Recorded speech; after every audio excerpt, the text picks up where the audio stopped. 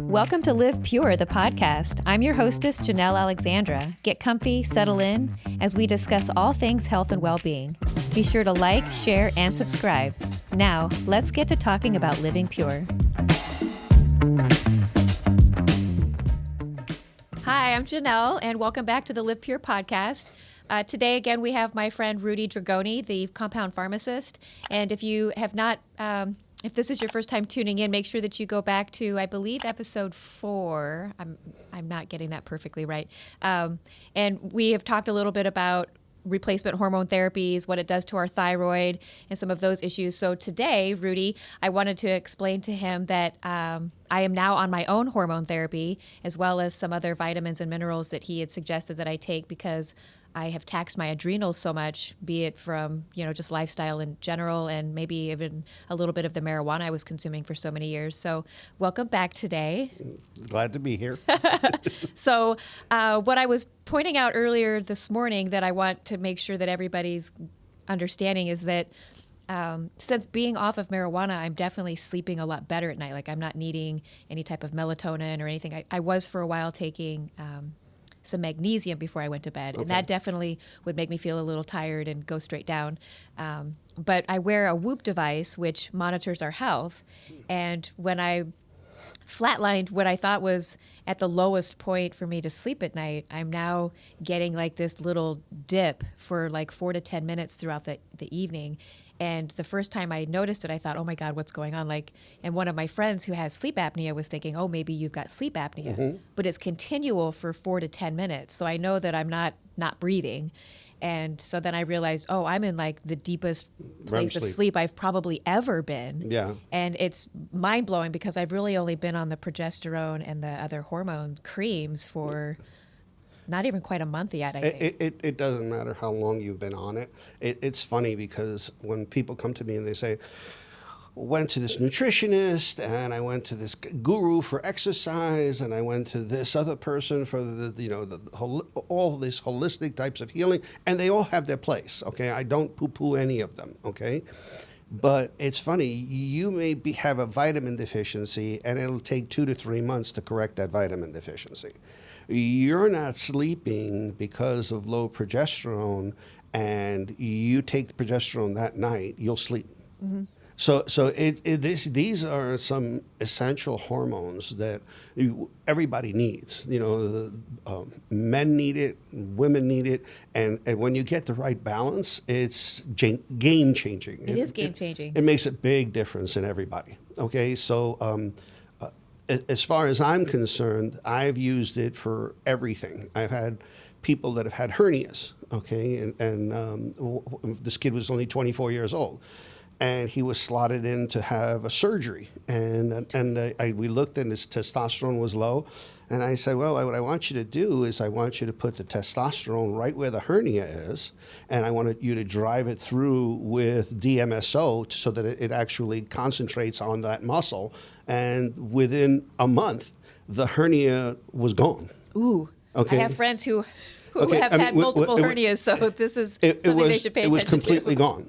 And he couldn't believe it, and the doctor couldn't believe it. And I've used them for umbilical hernias, I've used them for inguinal hernias, and it works. It works. There's, for example, yesterday, I was going to tell you the story when we were outside. I said, yesterday, my wife's got a 75 Corvette, and I'm pretty big. What color is this Corvette? The white Corvette, yeah, okay? And I said, so I wanted to drive it because it's just been sitting in the driveway, so I drove it. But to get in and out of it, it's really hard, because it's really tight spaces. But going back and forth and then doing the turns, so on and so forth, I kind of pulled the muscle, right in the inguinal area. And I said to myself, and I have a daughter that's learning to be a physical therapist. So she worked on me last night, and this morning I said, you know what? I have DHEA that I put on, I have a testosterone that I put on, and I put the DHEA and the testosterone right in that area, and then put a little bit, just a dab of DMSO to drive it through the area. And as I was driving here, within that 1 hour that it took me to get here, hour and 15 minutes, the pain went away. And what is DMSO again? DMSO is a solvent, and for many years, back in the 70s, they were using it for horses, for ailments on the horses. But the solvent itself, in small doses, okay, you can drive it right through the skin. So let's say this is the outside of the skin, okay, and it has layers going in. If you put on a cream up here, the creams may go 1 or 2 layers in, and then the blood vessels take it, and systemically, that's what normal hormone production does. Okay, it goes through the entire body. But if I want to concentrate it, let's say on the tissue that's right here, once I put it on, then afterwards I'll put some DMSO, and it'll drive it deeper. Okay. So now it concentrates on this lower level. And so it helps with ligaments, it helps with tendons, it helps with, any type of inflammation that would be right there. And so getting the hormones to that area actually helps it heal. Interesting. I've done it with people that are athletes, and they say to me, I work out, but if I work out too hard and I make a mistake, then it takes me a lot to recover. I go, well, you put a little DHEA, put a little testosterone, drive it through the DMSO, red light. and boom, it knocks it right out. Cool, okay. It really helps a lot. Okay. So you're already feeling better within the year. I'm already feeling better. That's fantastic. I mean, my bad hip is now my good hip, and my good hip is now my bad hip. Cool. Okay. People say to me, well, how old are you? And I go, I'm 40-something. I'm 40-22. So at 62, you start getting, some pings and pangs here and there. And you got to do some maintenance for the body. It's just like an old car. You need to change the oil. You need to change all the fluids. Regularly, and hormones is definitely a way of being able to help. So do you have any other questions for me? Well, I still have a lot of friends, males specifically, who are more into the injections and the pellets of testosterone. And so I know that they have heard the first episode with you and I was like waiting for them to call me and be like, oh my gosh, mind blown. And I'm going to go back to using creams. But no, they're doing injections and the whole thing. And it's like they didn't quite get what I was saying to them. Okay. And most of them most of them are having insomnia. Mm-hmm. A lot of them are still battling weight issues. Mm-hmm. I'm not really sure what their sex drive is. We're not close enough to know the sex drive scenario. But we could go into that because But we should, you and I, so that they, as they're listening, they understand. Yeah, I've worked with sex therapists using the hormones to help people, and it makes a big difference. And we can get into that as a secondary conversation. The first conversations I want to get through is the pellets, okay? Pellets or injectables. Let's start with the injectables. Okay. The biggest problem I have with injectables is that most people inject every 2 weeks, okay? And they'll give 200 milligrams of testosterone, cypionate in an oil base, and they take those 200 milligrams, and for the first 3 days, they get nothing. And then the next 8 days, they get too much. And then the next 3 days, they don't have enough. During the time when they have too much, they shut down receptor sites. Now let me explain this, because this is very important, okay? When we look at levels, if you said to me, a male's testosterone has to be between 300 and 1100, let's just say, okay? Those 300 to 1100 correspond to a certain amount of receptor sites in your body that are active. And let's just, for argument's sake, say it's 10,000. It's way more than that, but let's just say it's 10,000. If I give you testosterone and hold that testosterone up for those 8 days, that 10,000, that first dose goes down to 9,500. And therefore, no problem, because you have way too much testosterone during those days. But over time, what we found was that we have people 6 months later, they're still taking the 200 and they're not getting any of the effect that they were before. Because every time that you hold the testosterone steady, high for a long period of time, you diminish receptor site activity. So now you're at 5,000. So at 5,000 from 10,000, half of them, you need twice the dose to be able to have the same effect as you did before. But you have to remember that whenever you have any hormone, especially steroid hormones, that go too high, the liver says we have too much. So it starts cleaving from the bottom. What do I mean by cleaving from the bottom? Well, let's say you have a certain amount of estrogen, a certain amount of testosterone, a certain amount of progesterone, so whatever the hormones are. This one went way high. So now the liver cleaves from the bottom. Irrespectively, it gets rid of it. So all of these now start to go down. Oh, so the ones that were already low are getting lower. They're getting lowered. And so we have some people taking testosterone, some bodybuilders, okay?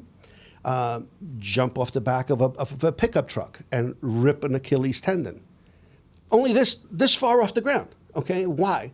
Because it's pushing the testosterone so much and bringing down the DHEA so much that all of a sudden there's no hormone there to help rebuild the ligaments and tendons. Okay, so let me ask a question before we continue then, because when you were talking about the hernia and putting the creams right on there, I have, again, male friends who have had multiple hernias. Right. And it's something that we're discussing on our book club this month too, is diastasis recti. And it's not just for women, men with, it's like everybody can have these issues.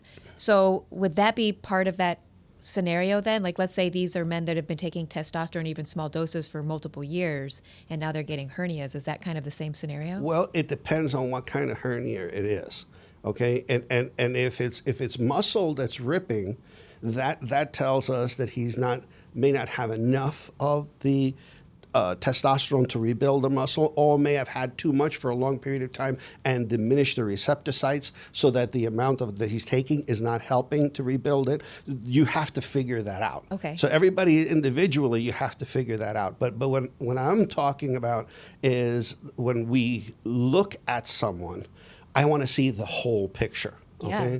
I want to see where his estrogens are, where his progesterone is, where is his testosterone, where is his DHEA, where is his androstenedione, all of the hormones, where is his thyroid. People don't talk so much about thyroid, and like I said before, the first thing that's necessary is to adjust the thyroid, because whenever the thyroid isn't functioning properly, a hormone, or I should say a protein called steroid hormone binding globulin, okay, increases, and it holds on to all of these other hormones. And so we don't have an accurate amount when we check totals, because we don't know how much of it is being bound. Okay. So the idea is, if you adjust the thyroid and get that working properly, steroid hormone binding globulin goes down. So then when you look at a level, you actually see the level that's there and not 95% of it that's bound, which we don't know about. Right. Okay. And that's why it's also good to check the totals and the free and so on and so forth. But getting back to the injections, okay. So we see constantly that over 6 months to a year, we constantly have to increase the amount of hormone they're taking with the injections. Now the pellets are the same thing, but much more drastic. So I'll have people that have been on pellets for 3 or 4 years, and they say to me, the first year I was on it, I felt great. I felt like I was 20 years younger. The second year I was on it, I felt 10 years younger. The third year, I was feeling okay. By the fourth year, I can't seem to feel good again. And they've increased it. And now this lady walks in, and I look at her estrogen. And estrogen, for a young person, estradiol during the follicular phase will go up to like 300, 340. She's got 3,000. 10 times, enough for 10 people in her. And she's having estrogen deficiency syndrome and symptoms. In other words, with all that estrogen, she still feels, or is walking around like she has no more. She's diminished her receptor sites so low, okay, that I can't do anything for her. And so, and remember how I was saying, the amount of receptor sites that we have that's where the levels, we correlate one with the other. As long as, once you start using injections and pellets, those levels that we're looking for, doing a blood test, doesn't matter. It doesn't correlate anymore. So you'll look at it and you say, oh, you're perfectly fine. You're dead smack in the middle. But they've pushed those receptor sites so far down that they're having all the symptoms as if they have nothing, no hormones at all. So how would you test for that then if the blood doesn't necessarily show for that? You can't, or there's no way of texting. Oh, that's now. So what I do with those patients is you have to step them down. Okay, so I'll not take them off all. No, never take them off altogether. Okay, that's the worst thing you can do. Okay, because then they'll crash, and they'll crash so hard that some people even need hospitalization. Wow. Okay, yeah. So what I do is I'll say, okay, we're going to go down about 5 to 10%. Okay, a month, and see if we can't get you back to where you are. It's not pleasant. Okay, it's not that you say, you knock it down 5% and they don't feel any difference. No, they will feel a difference. But if you took them off altogether, they'd feel even worse. So it's the worst of two evils. So that's why if you've ever had to manage a patient that was on pellets for a long period of time, okay, and have to bring them down back to normal and see how much suffering you are, that's why I'm on a crusade to stop people from getting on the pellets and the injectables, okay, because I know what they have to go through when at a certain point it's not working for them anymore. Yeah, and I mean, I think that's the scenario too. Is even with women, I've met women who loved the pellets, but they only took them for a certain amount of time. Short amount of time, yeah. And it's because then they stopped feeling the effects, and so they just stopped taking them altogether. I've been offered a position in several companies that do pellets, and they want me to talk, and talk about the benefits of pellets, and they offered me a lot of money. Okay, I'll be honest with you, and I said no. I won't do it because I won't harm people. Okay, right. I'm retired now, so basically I can say whatever. I'm so fortunate to have you come in. I can say whatever I want. Okay, it's not gonna hurt me financially, but what I want to do is I want to make sure that the people have the information because I don't want anybody getting hurt. Right. And let me tell you, when you have to deal with these patients after they've been on them for a long period of time, it's heart-wrenching. Because that if you would have gotten to them earlier, I mean, the condition of PCOS, polycystic ovarian syndrome, is nothing more or nothing less. It's very similar to what using pellets, because what happens is the cyst starts to make DHEA and make testosterone, irrespectively of whatever the brain thinks. Typically, the brain monitors like a thermostat what all these hormones that are being made. Okay, here. The polycystic ovarian syndrome, the cysts are making and making and making and making. And what happens? They make a lot of DHEA, a lot of testosterone. Those go up. As they go up, what happens to the other hormones? Liver comes in, irrespectively, gets rid of them, okay? And little by little, the estrogen starts to drop. The progesterone starts to drop. DHEA and testosterone are constantly high. So you look at some of these women, and you'll see they have a full beard. They're balding, okay? Their breasts are down to nothing, okay? Their gut comes out like an old man truck driver, okay? Seriously, no butt. Okay? I know some of these women. And so I think I told you the story the last time about with my daughter and stuff on how we helped this one lady, and so I won't go through it again, but understand that that's so important because I look at that and I look at the pellets and I don't see a difference. Okay, I look at that and I look at injectables and I don't see a difference. Anytime hormones are brought up and left up for a long period of time, you're going to have that problem. That's unfortunate. So if anybody wants to have any consultations about that, I'll be more than happy to reiterate it again and again and again because I'm on a crusade to get people off of pellets. Yeah, that's the whole point of this podcast is to have a crusade of showing people that there's so many other options out there than what they've creams are so much better. You put it on and it comes on. It lasts about 10 hours. I just had a lady call me up and she said, took my tests and they all showed low, but I've been on the creams for a while. I go, how do you feel? She goes, I feel great. I feel wonderful. I said, yes. When was the last time you took a cream? It goes, I took the cream probably about 26 hours before I took the test. I said, they're gone. They're gone in 10 hours, okay? They pulse. They go in and they go out. If you look at a man's testosterone, it has a circadian rhythm. It pulses in the middle of the night, then it pulses again at 10:30, and then it goes down. Wait, it's high in the middle of the night? Yeah. Okay, I'm going to take Yeah. The testosterone is highest in the middle of the night between, let's say, 11 and 4 in the morning, okay? And that's why most men will wake up with an erection, okay? And yes, they have to go to the bathroom, but the high amount of testosterone helps facilitate that, okay? And then around 10:30, it pops up again. And then the lowest is around 2:30. So afternoon delight is a real thing. 2:30 in the afternoon is the lowest, okay? So all you have to do is go to the nursing homes, and at 2:30, all the men are asleep, okay? That circadian rhythm that happens like that happens with a young guy, and it happens with an old guy. Only difference is let's say this is the level, the normal level. When you're young, it happens in here. When you're old, it happens down here. Okay? That was like when you're 75 or whatever, you're like none of the man you used to be. You're none of the man that you used to be back when you were 25. Yeah. But understand that we can change that, and we can bring it back. Now, that's another thing when doctors say to me, I have a 75-year-old that wants to be on testosterone therapy. I said, yeah, you can't bring him from here to here. You have to bring him from here to here, then a little while later to bring him to here, and a little bit later up to here, and then eventually you get him up to that. You can get him back to where it was, but you have to go slowly. The one of the biggest problems that happen is the guys that are here and they put on injections and pellets, and they bring them right back up to here. The mind starts writing checks that the body can't handle. I think that was my first testosterone experience. Okay. That I had a couple years ago where I was just taking testosterone, but it was also a cream. Okay. But I was at one level, and then I felt like I was a teenage boy. I feel like now I can relate to my own son. Yeah, well, the problem is when you go too quickly, okay, your body can't handle it. And so, especially with women, I give this story about DHEA, okay?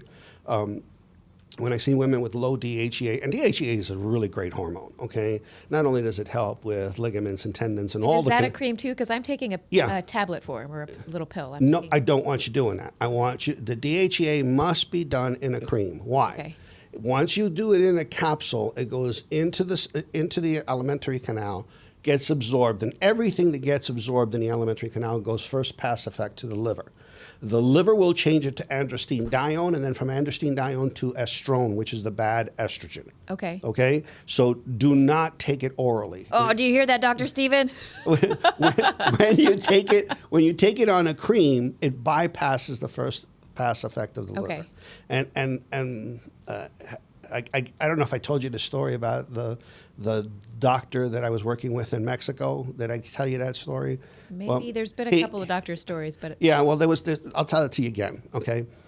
I go down to Mexico and I'm giving a lecture in front of, I don't know, probably 50 different doctors, all of them that have to do with women's health in Mexico, and 3 of them are the deans at the 3 medical schools, okay, in Mexico. And at the break, they said to me, can you go upstairs and talk to Dr. So-and-so?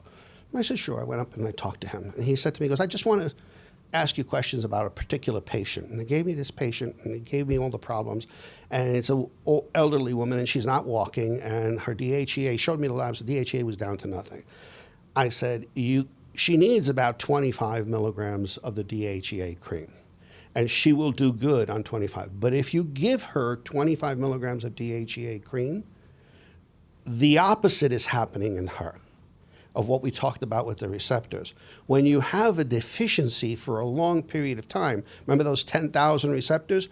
Well, now there's 20,000 receptors. So giving her the same amount that you normally would have an exaggerated effect. So I said to him, I said, start on 2.5 milligrams, and depending on how she's feeling, you can up it 2.5 milligrams at a shot until you get up to 25 milligrams. So I gave him all the way and how to do it, went home, finished off my talk, went back home, was invited 6 months later to go and give another talk. And now we're in front of about 500 women, and he goes first, and then I'm like, he was my opening act, and then I'm the headliner, and I start talking. But as he's introducing me, he never told me any of this. He starts telling the story of how we talked about how we incrementally increase the DHEA in older patients, okay? Because I don't want them to have palpitations, because that's what will happen if you go too high, too fast, okay? And he goes, and there was this woman, and she's not sleeping, and so on and so forth, and here she is now, my mother. And his mother gets up, walks over to me, and grabs onto me and gives me the biggest hug, okay? And she wouldn't let go. Yeah. She wouldn't let go because she thought that she was done. She thought that she wasn't walking, she didn't have the strength, she had all these aches and pains, and little by little he upped up the DHEA, got her back to normal. And now she gets up, she walks over, she hugged me hard. Okay, like you can tell that she was very, very thankful. And that's, again, another story of the power of the hormones. But again, just like we did before, we were talking the opposite, which was if you take the pellets and you take too much, you downregulate receptors. Not having them for a long period of time, you upregulate receptors. Okay, so when you reintroduce them, you have to go very slow. You have to go very slow. Okay, so whenever I get a patient in the 70s, I'll say, this is what you need to be on. Let's say DHA 25 milligrams. But use the clicker and start with 1 click. Okay, or if I can, I give them a click that has 10 clicks to give that same dose and start with 1 click. See how you feel. Feeling good? Great. 5 to 10 days have passed. You still feeling good? Yeah, go up. If you said to me, oh, wow, I got my energy back, leave it alone because it'll go away. Right. You'll feel good for a certain amount of time, but then as those receptors downregulate, you'll say, oh, this is not working anymore.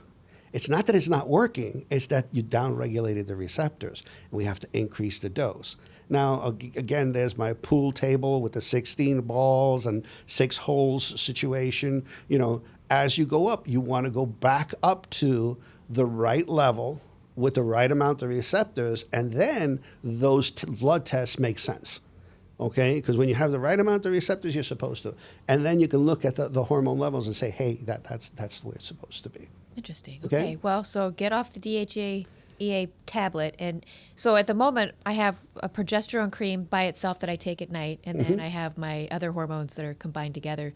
So would I want to combine the DHEA with the rest of those hormones or all by itself? Depending on how much you're taking. A person like yourself should be, on average, around 25 milligrams of DHEA, okay? If you're up to 25 milligrams of DHEA, then you can combine them with everything else. Okay. Okay? The idea is, whenever I work with someone, I'll say, I want everything separated.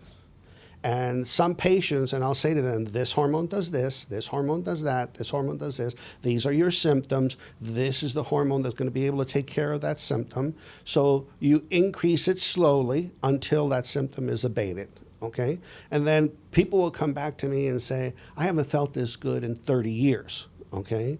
But to make me feel good, I need 2 clicks of the bias 2.5 milligrams. 4 clicks would be 2.5. 2 clicks is 1.25. And then the DHEA 25 milligrams, I really need 5 clicks, okay? So that's like 32.5 milligrams. Write that down, okay? The testosterone, I need 4 clicks, and it was 3 milligrams, so that's 3 milligrams. Once we get what all the clicks are and we then do the math, I can put it all into 1 cream and say, okay, now you do 4 clicks of this 1 cream that has all of these in it, and you're good to go. You're good to go in the morning. You know, but I can't imagine doing all these different clicks and like applying it everywhere. Well, the idea is in the beginning, it's good to titrate what you need. And then once you find what you really are happy with, you can put them all together. Now, the progesterone should be left by itself because you want to take the bias, which is the estrogens, the DHEA, the testosterone, even the pregnenolone, okay, if you're using it for, good brain function, okay, to take care of short-term memory, all can be taken in the morning, okay? and the progesterone should be taken at night. Remember, again, progesterone binds to the GABA receptors of the brain, and therefore it helps you sleep, and it helps you recharge your adrenal glands. So there's no reason why you just couldn't have two different combinations. Okay. And depending, in some patients, they'll have night sweats, and you may want to add a little bit of estrogen onto the progesterone to get rid of the night sweats. For when we had our first conversation, you were here, I was taking a peptide. I was taking sermorelin. Okay. And I'm going through perimenopause. I think I started symptoms at 37. That was like 2014 or something, forever ago. And I've had hot flashes. They usually come at night, but that's not to say that I can't sit here and I get like this radiating heat where it just feels like my body is literally on fire from the inside out. But while I was taking the sermorelin, it was like this head to toe flush, and my entire body would break out into a sweat. And it felt like it was coming every 5 to 10 minutes towards the end. And then Dr. Steven looked up, symptoms, and he was like, oh, hey, he's like, you can stop taking it or not. And I stopped taking it. And I think it took a couple of weeks before that finally took place. But now you're mentioning night sweats and hot flashes. I don't think I'm getting those at night anymore either. And it's to the point where I'm actually waking up in the morning and the thermostat set at 74, and I'm actually cold in the morning. And I can't remember the last time I had that scenario either. Let's talk a little bit about hot flashes. If you were to look at hot flashes, there's two hormones. One is called follicle stimulating hormone. The other one is called luteinizing hormone. In a normal cycle for a young person, the follicle stimulating hormone is released during the times when she has a period. We're about to do a second segment here, so make sure that you tune in to next week because we're doing like a 2-part segment here. So we're just going to continue on where we just left off. So make sure that we see you next week, okay? Thanks for stopping by. Thanks for tuning in today. I hope you learned something new about health and well-being. Remember, your current position is not your final destination. Be sure to like, share, and subscribe to our channel. Definitely reach out with questions so we can discuss it in a future episode. Until next time, live pure.